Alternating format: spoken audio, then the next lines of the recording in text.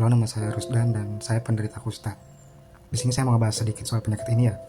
Jadi masih banyak sekali orang yang menganggap bahwa penyakit ini penyakit yang gampang menular ya, atau sangat menular. Tapi faktanya bukan seperti itu.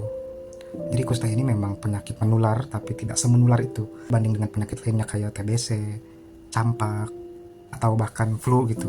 Kusta nggak semenular itu. Atau bahkan COVID. Kusta nggak semenular penyakit-penyakit tadi. Dia cuma bisa menular tapi tidak semenular itu. Ibaratnya gini, analoginya gini, bisa melukai, bisa melukai tapi tidak segampang itu. Kayak ibarat silet dengan sendok. Contoh kita kerok pakai silet gampang melukai punggung kita pastinya, dibanding sendok juga sangat bisa melukai punggung atau badan kita kalau kita tekan secara terus-terusan, betul. Tapi tidak seperti silet atau pisau tadi yang sekali gores bisa langsung melukai kita. Nah, ibaratnya kayak gitu. Nah, seperti contoh tadi, kusta ini bisa menular, bisa melukai gitu, tapi tidak segampang itu.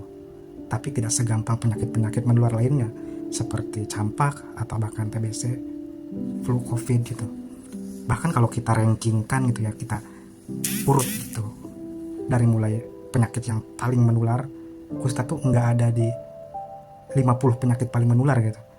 Contoh kita urutkan, 1 paling menular, gampang menular ya, 1 campak, 2 TBC, anggap aja gitu ya, 2 TBC, 3 flu, 4 COVID gitu. Nah, sampai ke deretan 50 kusta itu nggak ada, bahkan mungkin ke urutan 100 nggak ada, karena setidak menular itu. Oh ya, kalau penderita kusta sudah minum obat kusta, itu sudah tidak akan menularkan lagi ya. Ya, semua penyakit berbahaya tentunya, dan kusta juga berbahaya dan sangat perlu diantisipasi gitu ya. Dan cara antisipasinya yang menjaga daya tahan tubuh kita dengan cara hidup sehat, pola hidup sehat. Dan lalu kenapa ada orang yang terinfeksi kusta dan ada yang tidak? Seperti saya yang terinfeksi kusta ya karena mungkin kondisi imun tubuh orang beda-beda, dan salah satunya saya.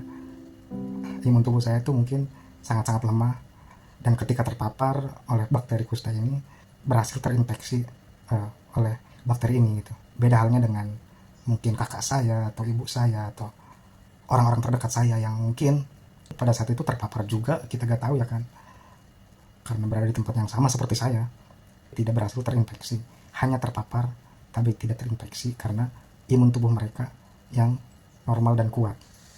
Intinya stigma kusta yang gampang banget menular itu salah besar ya.